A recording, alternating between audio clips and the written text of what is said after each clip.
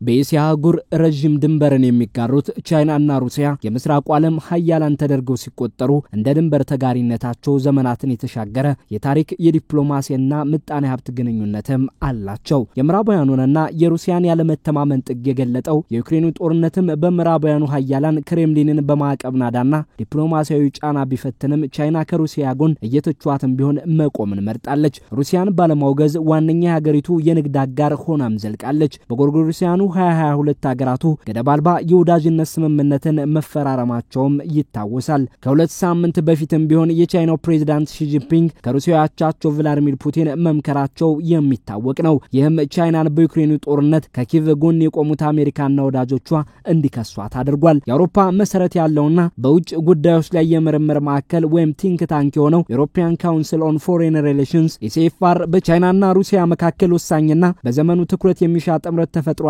ማለት ምዕራባውያኑ ይህንን ጥምረት ለመነጠል የሚበቃ ፖሊሲ የላቸውም ሲል ዛሬ ባወጣው የሁለቱን ሀገራት ግንኙነት ከአውሮፓ ደህንነት በቃኝበት ግሬት ቼንጅስ አንሲን ዘ ቻይና ሩሲያ ኔክሰስ ኤንድ ኢሮፒያን ሴኩሪቲ ሲል ባወጣው ጽሑፍ አመላክቷል። ከሁለት ሳምንታት በፊት የቻይናው ፕሬዝዳንት ሺ ጂንፒንግ ከሩሲያው አቻቸው ቭላዲሚር ፑቲን መምከራቸው ይታወቃል። በዚያ ወቅት የቻይና ሩሲያ ግንኙነትን ለሌሎች ሀገራት አርአያ የሆነ የጋራ ተጠቃሚነትን ያማከለ ስልታዊ ወዳጅነት ሲሉ ማሞካሸታቸው ይታወሳል። አውሮፓዊ ተቋሙ ኢሲኤፍአር የቻይናው ፕሬዝዳንት ሺ ጂንፒንግ ቻይና የሁለተኛው የዓለም ጦርነት መቋጫ 80ኛ ዓመትን ባከበረችበት እንደ ወሳኝ ዓለም ሀገር ልዩ ኃላፊነቶችን ለመሸከም ከሩሲያ ጋር ተሰራለች ማለታቸውን ጠቅሶ ቤጂንግ በሺ አስተዳደር የደህንነት ጉዳይን ከየትኛውም ፖሊሲዎቿ በላይ አስቀድማለች ሲል አስፍሯል። በዘ ኮንቨርሴሽን ላይ ሐሳባቸውን ያሰፈሩት የኦበርን ዩኒቨርሲቲ የፖለቲካ ሳይንስ ምሁሩ ሊንጎንግ ኮንግ የቻይናው ሺ ከሩሲያው ፑቲን ብሎም ከሰሜን ኮሪያው መሪ ኪም ጆንጉን ወዳጅነትን ማጠንከር ከምዕራባውያኑ በተቃራኒው የኃይል ሚዛን መፍጠሪያ የቻይና ስልት መሆኑን ይጠቁማሉ። ቻይና በሁለተኛው የዓለም ጦርነት ጃፓንን ላሸነፈችበት 80ኛ ዓመት ፑቲንንና ኪምን መጋበዟ መልእክቱ ግልጽ ነው ሲሉም ይጠቁማሉ። የቻይናን ከምዕራባውያን ያላትን ወዳጅነትንም ያሻክራል ሲሉ የጥምረቱን ለቤጂንግ ያለውን ጉዳት ይጠቁማሉ። አውሮፓዊ የምርምር ተቋሙ ኢሲኤፍአር በሌላ በኩል የቻይና ከሩሲያ ያላትን ወዳጅነት መቀጠል በዩክሬኑ ጦርነት ሳቢያ ከክሬምሊን የተፋጠጠውን አውሮፓን ሊጎዳ የሚችል ነው ሲል አስቀምጦታል። አውሮፓውያኑ ቻይናን በተመለከተ ያላቸውን ፖሊሲም እንደገና እንዲያጤኑት ገፋፍቷል። በ1970ዎቹ ቤጂንግ ትኩረቷን ምጣኔ ሀብቷን ማሻሻል ላይ አድርጋ የነበረ ሲሆን ዛሬ ላይ ቻይና ቀዳሚ ትኩረቷ ደህንነት ላይ ሆኗል ሲልም ጠቁሟል።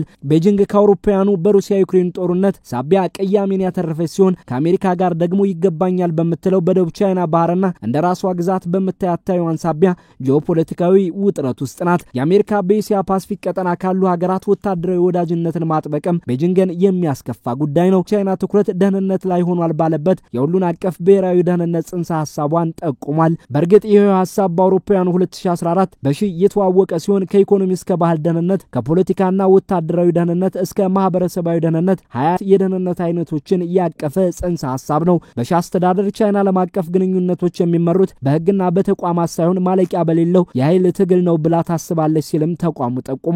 ለዚህም መሪዎቿ ከኢኮኖሚ ፈተናዎች እስከ ዲፕሎማሲያዊ መገለልና ወታደራዊ መስፋፋትን ለመቋቋም ቤጂንግ አቅም ማዳበር አለባት በሚል እየተንቀሳቀሱ ነው ብሏል። ይህም ከምዕራባውያኑ የቴክኖሎጂና የፋይናንስ ዘርፉ ጥገኝነት ሙሉ ለሙሉ ከመውጣት እስከ ፍላጎቷን የሚጻረሩ የኤስያ ሀገራት ቁሶችና አገልግሎቶች ያላትን ግንኙነትን መቀነስን አልማለች ሲልም አጽንኦት ሰጥቷል። ለዚህም የታሪፍ በትሯን ጭምር መምዘዝን መምረጧን ነው ያስታውሰው። ወታደራዊ አቅሟንም ማሳደጓን በመጠቀም ቻይናን ማዕከል ያደረገ የዓለም ስርዓት ለመፍጠር በፍጥነት እየተራመደች መሆኑን ጠቆም አድርጓል። ከ10 ዓመታት በፊት ወደ ስልጣን ከመጡ ወዲህም ከፑቲን ጋር 40 ጊዜ በአካል መገናኘታቸው ይመላከታል። የውጭ ጉዳይ ሚኒስትሮቻቸው በየወሩ በሚባል ጊዜ ልዩነት ውስጥ እየተነጋገሩ መሆኑም ይገለጻል። ሁለቱ ጎረቤት ሀገራት ያላቸው ወዳጅነት እየጠነከረ መሆኑም እየታየ ነው። መሪዎቹ አንዳቸው ለአንዳቸው ያላቸውን ድጋፍም በተደጋጋሚ አንጸባርቀዋል። ከብሪክስ እስከ ሻንጋይ ኮኦፐሬሽን ኦርጋናይዜሽን በዓለም ላይ ተጽዕኖ የሚያሳድሩባቸው የጋራ መድረኮችም